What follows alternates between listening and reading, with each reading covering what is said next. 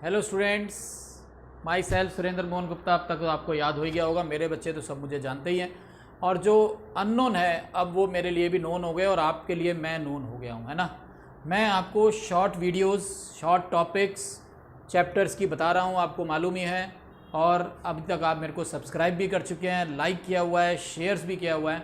और अगर आपने मेरे नोट्स को पढ़ा है जो डिस्क्रिप्शन बॉक्स में दिखते हैं, और वो इतने ज़्यादा क्वेश्चन नहीं है, आप टॉपिक को बार बार पढ़ रहे हैं, समझ रहे हैं, देख देख के जल्दी याद होता है ना, जिसे कहते हैं देखी हुई चीज़ हम बड़ी देर में भूलते हैं। इसीलिए मेरी ये कोशिश है कि मैं आपको हर चीज़ बढ़िया तरीके से समझा के दिखा दूं, और वो भी 1 घंटे वाली क्लास में नहीं, सिर्फ 15 मिनट वाली क्लास के अंदर आपको सब कुछ समझा दिया जाए। और आपको मालूम भी है कि एक अलग से प्ले लिस्ट बनी हुई है मेरे यूट्यूब चैनल पर। वो स्टूडेंट्स जो अभी तक डिसाइड नहीं कर पाए हैं, कंफ्यूज्ड हैं अबाउट देयर फ्यूचर, कि उनको 50,000 रुपये कमाना है या 5 लाख रुपए कमाना है, तो उसके तरीके भी मैं बता रहा हूँ कि 50,000 ही कमाओगे, 40,000 कमाओगे या 4 लाख रुपए महीना कमाओगे, उसके लिए भी करियर और मोटिवेशन की अलग से एक प्लेलिस्ट बनी हुई है। उसको देखते रहिए, फैलाते रहिए, ताकि सबको पता चल जाए कि ज़्यादा पैसा कमाना है तो न्यूटन कॉलेज 1991 की प्लेलिस्ट में जाइए, करियर मोटिवेशन वाली, और सर को भी मोटिवेशन दीजिए, सब्सक्रिप्शन बढ़ाइए और धीरे धीरे इन सबको पढ़िए। पूरा बैग बनाऊंगा, आपको मैंने बताया था टर्म 2 का, और उसी की तैयारी चल रही है। आज नया टॉपिक हम कर रहे हैं, रिसिप्ट्स एंड पेमेंट अकाउंट। लेकिन इस टॉपिक को करने से पहले आज मैं आपको बताऊंगा पहले एक्सपेंसेस और इनकम के बारे में। देखिए, एक्सपेंसेस और इनकम, ये पूरा चैप्टर ही 2 बातों पे बेस्ड है। एक जो मैंने सबसे पहले बेसिक आपको बताया था, what is current year, previous year and next year. आज हम पढ़ रहे हैं what is revenue item and capital item. Revenue item and capital item, चाहे वो खर्चा हो चाहे वो इनकम हो, चाहे वो खर्चा हो चाहे वो इनकम हो, 2 तरह की होती है रिवेन्यू आइटम और कैपिटल आइटम। फोकस इधर करिए, सामने देखिए, सामने, ठीक है जी। तो जो चीज़ें रेगुलर होती रहती हैं, चाहे वो खर्चा हो चाहे इनकम हो, हर महीने हो रही है, हर 15 दिन में हो रही है, हर साल हो रही है, हर 6 महीने में हो रही हैं, तो उनको हम रेगुलर आइटम बोलते हैं। और जो कभी कभार होती हैं, जैसे कोरोना हो गया, कभी कभार वाली बात है, हम उसको एक्सपेक्ट नहीं कर सकते, तो उसको हम क्या बोलते हैं, इर्रेगुलर आइटम। जो जनरल पर्पज़ होती हैं वो रेगुलर यानी कि रेवेन्यू आइटम है। जो स्पेशल पर्पज़ होती हैं वो तो कभी कभार होती हैं। वैक्सीन कभी कभार लगती है, इससे पहले तो पता नहीं कितने, जब आप छोटे रहे होगे तब लगी होगी, उसको बोलते हैं कैपिटल आइटम। फिर भी अगर आपको समझ नहीं आ रही बात रेगुलर और इरेगुलर में, जनरल पर्पस, स्पेशल पर्पस, वैसे तो याद रखना है, फिर भी आपको एक बहुत ही बढ़िया तरीका बताता हूँ। क्लास 11th में आपने ट्रेडिंग एंड P&L अकाउंट में बनाया था, जो जो चीज़ें लिखी थी, डेप्रिसिएशन, रेंट, जो जो चीज़ें आपने दोस्तों से पूछ के लिखी थी, है ना, खुद तो याद किया नहीं था, टीचर से पूछते थे, दोस्तों से पूछते थे, वो सारी चीज़ें जो ट्रेडिंग एंड P&L अकाउंट में आप लिखते थे, डेप्रिसिएशन, रेंट, डिस्काउंट वगैरह, वो सारी चीज़ें रिवेन्यू आइटम होती है। Interest received, rent received, discount received, वो सारी चीज़ें रिवेन्यू आइटम होती है। और वो चीज़ें जो क्लास 11th में आपने बैलेंस शीट में लिखी थी, मशीनरी, लोन, बिल्डिंग, ये सारी चीज़ें कैपिटल आइटम होती है। कैपिटल आइटम होती हैं, तो वैसे तो आपको याद कर लेना है, फिर भी अगर आपको थोड़ी सी दिक्कत आती है तो मैंने आपको लिखवा दिया। P&L, ट्रेडिंग, ये तो आप जानते ही हैं, क्लास 11th आप पास करके आए हैं, चाहे ऑनलाइन करके आए हैं, थोड़ा बहुत आपको पता होगा, नहीं तो मैं आपको बता दूंगा, क्वेश्चन करते करते सब पता चल जाएगा, कोई ऐसी बात नहीं, ये सब पता चल जाएगा। ट्रेडिंग, P&L तो भाई सभी ने याद किया हुआ है, चाहे आपने कैमरा बंद करके पढ़ा चाहे कैमरा खोल करके पढ़ा, ठीक है जी। चलिए चलते हैं आगे। अब ये मैं बता रहा हूँ बात रिसिप्ट्स एंड पेमेंट अकाउंट की। Receipts and payment account is just like a cash account, is just like a cash account, यानी ये रियल अकाउंट है। It's just like a cash account, मतलब ये एक रियल अकाउंट है, इस बात का ध्यान रखना है आपने, ठीक है जी। ये रियल अकाउंट है, कैश अकाउंट है, इस बात का आपने ध्यान रखना है। ये बिल्कुल कैश अकाउंट की तरह से बनता है। Debit what comes in, credit what goes out. पैसा आ रहा है डेबिट में, जा रहा है क्रेडिट में। तो रिसिप्ट्स एंड पेमेंट अकाउंट जब आप बनाएंगे, फॉर द ईयर एंडिंग बनाएंगे, फॉर द ईयर एंडिंग बनाएंगे, जिसमें आपने पर्टिकुलर रुपीज़ लिखना है। ये क्रेडिट है, ये डेबिट है, पर्टिकुलर रुपीज़ लिखना है, पर्टिकुलर रुपीज़ लिखना है डेबिट और क्रेडिट के अंदर। डेबिट साइड में पैसा आ रहा है, क्रेडिट साइड से पैसा जा रहा है। डेबिट साइड में पैसा आ रहा है, क्रेडिट साइड से पैसा जा रहा है, ठीक है। डेबिट साइड में पैसा आ रहा है, और क्रेडिट साइड में पैसा जा रहा है। डेबिट साइड में पैसा आ रहा है, क्रेडिट साइड में पैसा जा रहा है। तो सबसे पहले आपको यहाँ लिखना है बैलेंस बीडी। बैलेंस बीडी ये कैश का भी हो सकता है, बैंक का भी हो सकता है। ये बैलेंस बीडी कैश का भी हो सकता है, बैंक का भी हो सकता है, दोनों का भी हो सकता है। फिर डेबिट साइड में पैसा आ रहा है तो आपको यहाँ पे ऑल रिसिप्ट्स लिखनी है। ऑल रिसिप्ट्स, ऑल रिसिप्ट, चाहे वो लास्ट ईयर की हो, चाहे वो करंट ईयर की हो, चाहे वो नेक्स्ट ईयर की हो,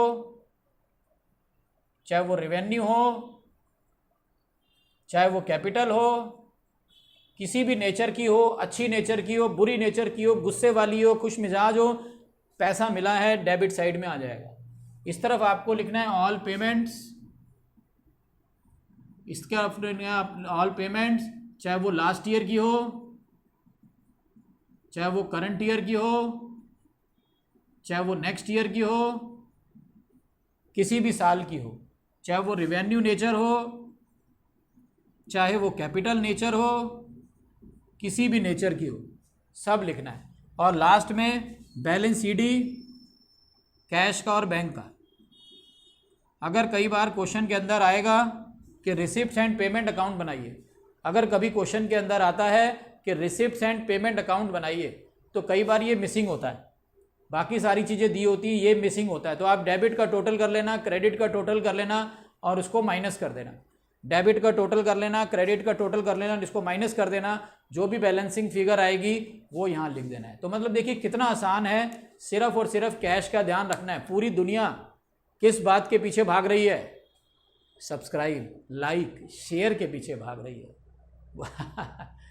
वैसे तो पैसे के पीछे भाग रही है ना, तो ये अकाउंट पैसे के लिए बन रहा है। डेबिट साइड में पैसा आ रहा है, चाहे वो किसी भी साल का हो, किसी भी नेचर का हो। क्रेडिट साइड से पैसा जा रहा है, चाहे वो किसी भी साल का हो, किसी भी नेचर का हो। ठीक है जी, तो बात समझ में आ गई आपको? चलिए, बहुत अच्छी बात है। ये टॉपिक बहुत छोटा सा टॉपिक था। रिसिप्ट एंड पेमेंट अकाउंट अगर बनाना आएगा तो इसमें डेप्रिसिएशन नहीं आएगा, आउटस्टैंडिंग एक्सपेंस नहीं आएगा, एक्रूड इनकम नहीं आएगी, ऐसी कोई भी चीज़ नहीं आएगी जिसका रिलेशन कैश से नहीं है। उधार वाली कोई भी चीज़ नहीं आएगी। ठीक है, ध्यान रखना है इस बात का। अब इसी में हम आगे चलें तो उसको बोलते हैं इनकम एंड एक्सपेंडिचर अकाउंट बनाएंगे। हमारे सिलेबस में यही होगा कि receipts and payment account given होगा, ध्यान रखना। Receipts and payment account given होता है, रिसिप्ट्स एंड पेमेंट अकाउंट ये गिवन होगा। ठीक है जी, गिवन। अब बिल्कुल सेम मैंने जो बताया आपको, बैलेंस बीडी कैश और बैंक का, इधर होती है ऑल रिसिप्ट्स, इधर होती हैं ऑल पेमेंट्स, इधर होता है बैलेंस सीडी। ये हर क्वेश्चन में गिवन होगा। ठीक है जी, अब इसके बेस पर हम बनाएंगे इनकम। बड़ा बड़ा लिख देता हूँ, पूरा पूरा लिख देता हूँ, नहीं तो आपको शॉर्ट फॉर्म की आदत पड़ जाएगी। अब सब्जेक्टिव है, पूरा लिखना पड़ेगा। Income and expenditure account for the year ending, income and expenditure account for the year ending.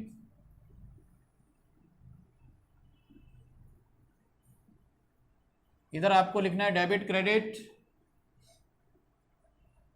Expenditure rupees, income rupees, expenditure rupees, income rupees. तो आपने करना क्या है, ये जितनी भी रिसिप्ट्स हैं इनकी क्रॉस एंट्री करके इधर ले जाना है। जितनी भी रिसिप्ट्स हैं इनकी क्रॉस एंट्री करके इधर ले जाना है, लेकिन सारी नहीं लेके जानी। इतना आसान काम नहीं है कि जैसे आपने 2 मिनटों में रिसिप्ट्स एंड पेमेंट अकाउंट बना दिया, काम खत्म कर दिया। नहीं, ये जब आप इस तरफ लेके जाएंगे तो रिसिप्ट्स एंड पेमेंट अकाउंट से जितनी भी रिसिप्ट्स हैं उनको जब आप इधर लेके जाएंगे तो केवल रिवेन्यू आइटम लेके जानी है। वो मैं अभी समझाऊंगा कि रिवेन्यू आइटम और कैपिटल आइटम क्या होती हैं। अब आप सोच रहे हो ये तो सर आपने बता दिया कि क्लास 11th में जिन्हें हम ट्रेडिंग एंड P&L में लिखते थे वो रिवेन्यू होती है, जिन्हें बैलेंस शीट में लिखते थे वो कैपिटल होती हैं। लेकिन अभी ऐसी कुछ चीज़ें बाकी हैं भाई। क्लास 11th में पूरी दुनिया देख ली क्या? नहीं ना, अभी तो पूरी दुनिया देखनी बाकी है। तो कुछ चीज़ें मैं आपको ऐसी बताऊंगा कि जो क्लास 11th में आपने देखी नहीं, P&L में लिखी नहीं, बैलेंस शीट में दिखाई नहीं, तो फिर कैसे पता चलेगा? तो वो भी बताऊंगा, फिक्र ना करिए। फिलहाल ये देखिए कि जितनी भी रिसिप्ट्स हैं उसमें से केवल रिवेन्यू आइटम इधर आएंगी एंड करंट ईयर वाली आएंगी। आज मैं सिर्फ अभी इतना ही बता रहा हूँ, और करंट ईयर वाली आएंगी, क्योंकि आपको शौक है 15 मिनट में टॉपिक कवर करने का। तो मेरा भी यही शौक हो गया है कि आपको 15 मिनट में टॉपिक समझाने का। और subscribe, like, share, description box में जाके क्वेश्चंस करिए, बेहद मज़ा आएगा। और प्लेलिस्ट है, आपको मालूम है, अब तो याद हो गया होगा सभी को। पहले मेरे को भी भूल जाता था, मैं बता नहीं पाता था कि करियर एंड मोटिवेशन का अलग से एक प्लेलिस्ट बना हुआ है, जिसके अंदर आपके फ्यूचर्स के बारे में लिखा हुआ है कि 10,000 कमाने हैं या 10 लाख कमाने हैं। ठीक है, तो करंट ईयर वाली चीज़ें आएंगी और रिवेन्यू आइटम आएंगी। फिर यहाँ से आप पेमेंट साइड उठाइए, उस पेमेंट साइड को इधर ले जाइए, और वही सेम केवल रिवेन्यू आइटम आएंगी एंड करंट ईयर वाली आएंगी। रिवेन्यू आइटम आएंगी और करंट ईयर वाली आएंगी। तो दोनों में यही ध्यान रखना है, इधर से इधर, इधर से इधर, जब भी आप कुछ लेके जाएंगे तो वो सिर्फ करंट ईयर वाली लेके जानी है, रिवेन्यू आइटम लेके जानी है। कैपिटल को वहीं छोड़ देना, क्योंकि आपको मालूम है कैपिटल कहाँ जाती है, बैलेंस शीट में जाती है। कैपिटल कहाँ जाती है, बैलेंस शीट में जाती है, तो वो लेके नहीं आनी। और ये मैंने आपको शुरू में बता दिया कि पिछले साल वाले ही इनकम से हमारा कोई रिलेशन नहीं है। मतलब रिलेशन तो है भाई, पिछले साल 11th में 10,000 रुपये नहीं दे पाया था ना, इनकम तो मेरी है, इनकम तो मेरी है ना, लेकिन वो इस साल की इनकम नहीं है ना। तो दोनों साइड का टोटल कर लेंगे। अगर बैलेंसिंग फिगर इधर बचेगी तो उसको सरप्लस बोला जाता है। अगर बैलेंसिंग फिगर इधर बचेगी तो उसको सरप्लस बोला जाता है। और अगर बैलेंसिंग फिगर इधर बचेगी तो उसको लॉस बोला जाता है। लॉस को अब हम लॉस तो लिखते नहीं है, उसको डेफिसिट बोलते हैं। बैलेंसिंग फिगर इधर बचेगी तो उसको हम क्या बोलते हैं, सरप्लस। बैलेंसिंग फिगर इधर बचेगी तो उसको हम क्या बोलते हैं, डेफिसिट। समझ में आया? लॉस नहीं बोलते, क्योंकि मैंने बताया ना, ये वो ऑर्गेनाइजेशन है जिनका पर्पस प्रॉफिट कमाना नहीं है, तो लॉस कैसे हो सकता है? जब प्रॉफिट कमाना नहीं है तो लॉस कैसे हो सकता है ना। तो ये इनकम एंड एक्सपेंडिचर अकाउंट भी बड़ा आसान हो गया कि आपने क्रॉस एंट्री करनी है, लेकिन रिवेन्यू आइटम लेनी है, क्योंकि ट्रेडिंग P&L में रिवेन्यू आइटम ही लेते थे, और बैलेंस शीट में कैपिटल पहुंचानी है। लेकिन 4-5 चीज़ें मैं अब आपको जल्दी से बताने वाला हूं, वो चीज़ें जो आपने क्लास 11th में नहीं देखी। अब वो कौन कौन सी चीज़ें हैं जो हमने क्लास 11th में नहीं देखी हैं, उनके बारे में सुनिए, उनके बारे में सुनिए। अब आप वही चीज़ ध्यान रखना कि रेगुलर और इरेगुलर, जनरल पर्पस और स्पेशल पर्पस, जो मैंने भी आपको बताया, रिवेन्यू पर्पस, रिवेन्यू आइटम कौन कौन सी होती हैं जो रेगुलरली होती रहती हैं, जनरल पर्पस होती हैं, और कैपिटल कौन सी होती हैं जो कभी कभार होती हैं, स्पेशल पर्पस होती हैं। ये बातें ध्यान रखना आप, ठीक है। तो सबसे पहले हमारे पास है life membership fees. Life membership fees, तो लाइफ मेंबरशिप फीस वो फीस होती है जो हर मेंबर नहीं देना चाहता। ये नहीं कि उसके पास पैसे हैं नहीं, लेकिन लाइफ मेंबरशिप फीस कोई साल की, मतलब पूरी लाइफ की आपको देनी है। तो ये 200-400 रुपये तो होगी नहीं, 2-4 हज़ार रुपये तो होगी नहीं। अच्छे अच्छे क्लब में 10-10, 15-15, 20-20 लाख रुपए भी होती है। तो हर मेंबर कहता है यार एनुअल ले लो, एनुअल ले लो। अभी कभी फिर कोरोना आ गया और मैं निकल लिया, कभी भी ऑक्सीजन की कमी हो जाती है, मेरे फेफड़े खराब हो गए, तो भाई पूरे साल की तुम ले लोगे। पहले तो चलो मैं ये कहता था मैं 100 साल जीऊँगा, अब तो पता ही नहीं चल रहा। हर 3 महीने बाद कोरोना आ जाता है और मैं अगर निकल लिया तो कोई फ़ायदा नहीं। तो हर मेंबर कोरोना के कारण नहीं, वो मतलब मजाक वाली बात है, अमाउंट ज़्यादा होने के कारण लाइफ मेंबर नहीं बनना चाहता।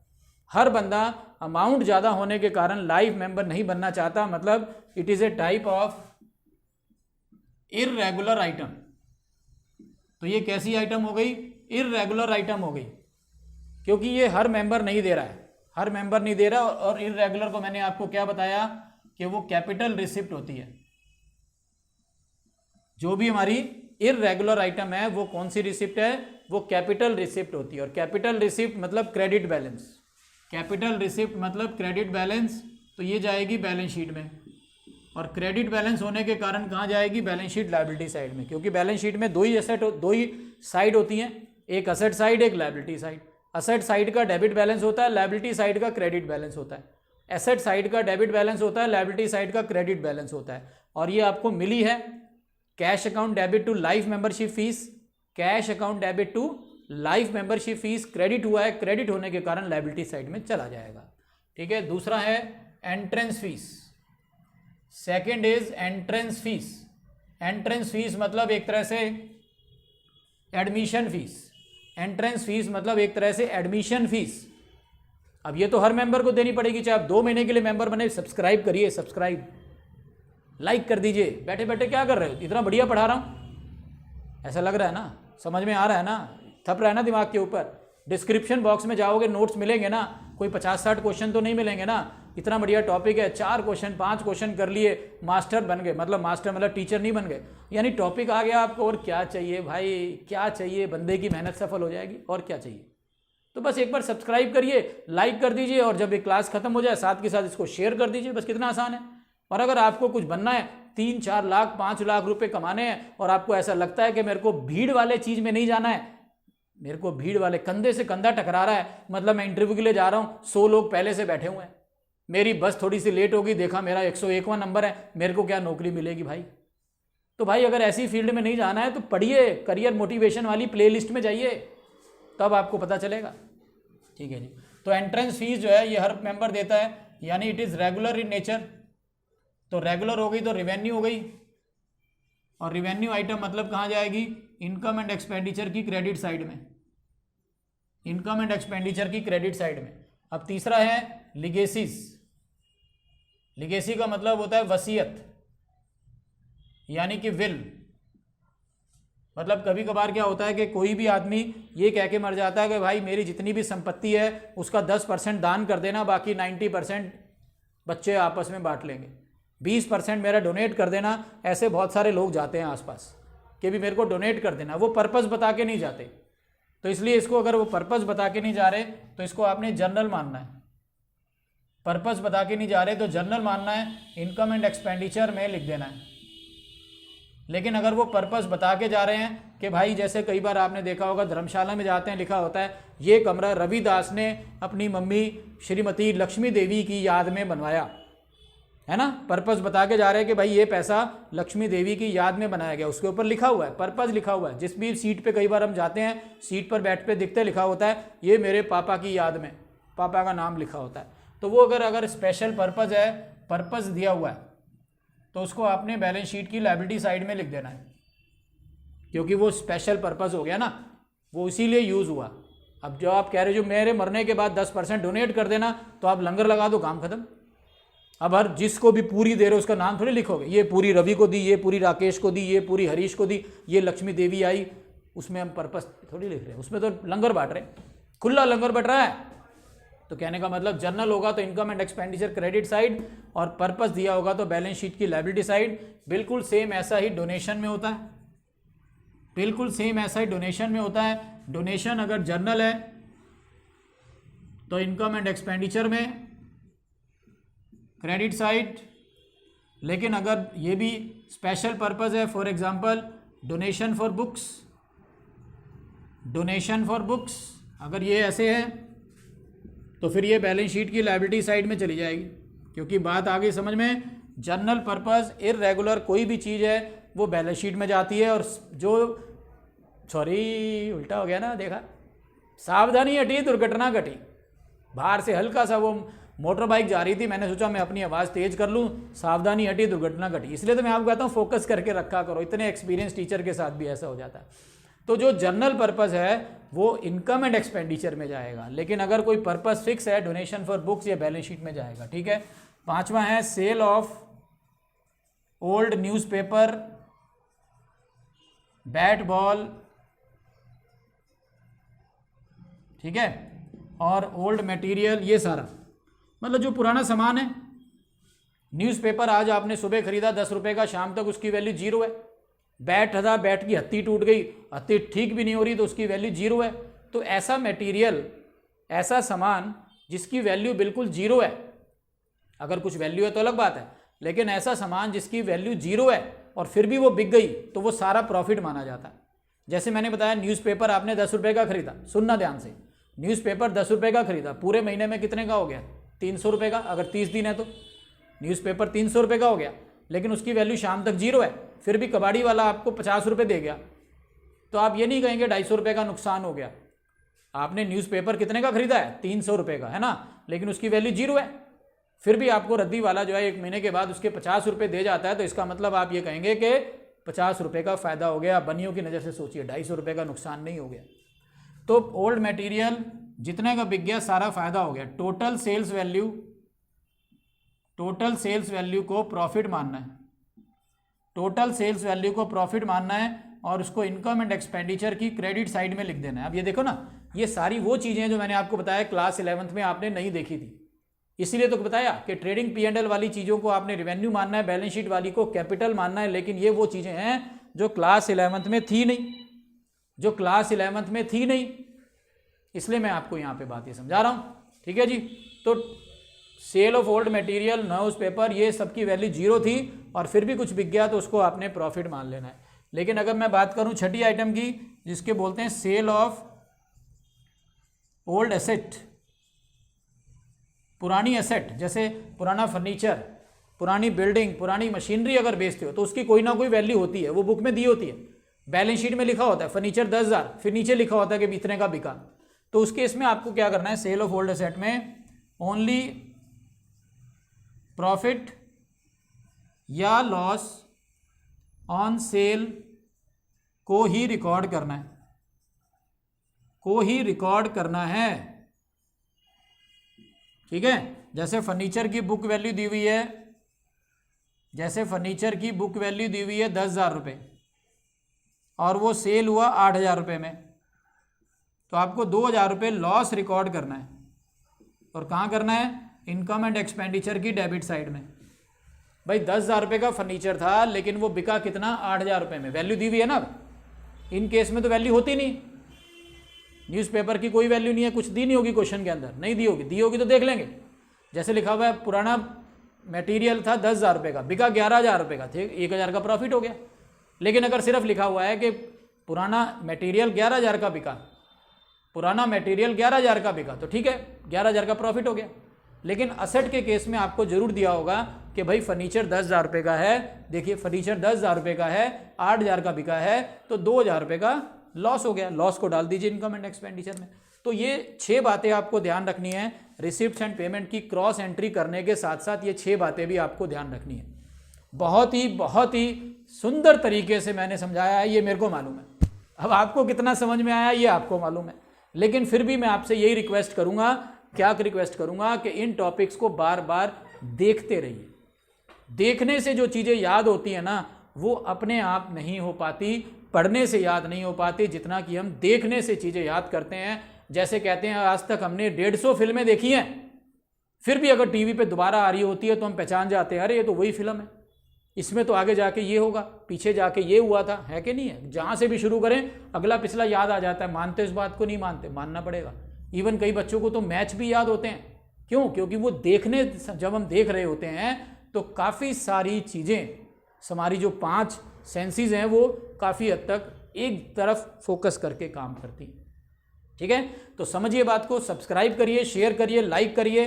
करियर मोटिवेशन वाली प्लेलिस्ट में जाके वो भी देखिए, ये भी बड़ा जरूरी है। और डिस्क्रिप्शन बॉक्स में जाके क्वेश्चंस जरूर करिए, ज़्यादा क्वेश्चन नहीं है, और उन क्वेश्चन को हम बोलते हैं PSP, पेपर से पहले मैजिक। बाकी मैं आपको एक वीडियो और बनाऊंगा इसके ऊपर, और फिर ये टॉपिक खत्म है। बैलेंस शीट बनाना सिखाऊंगा और इनको डालना सिखाऊंगा कि किस तरह से आपने डालना है। ठीक है जी, टेक केयर, बाय।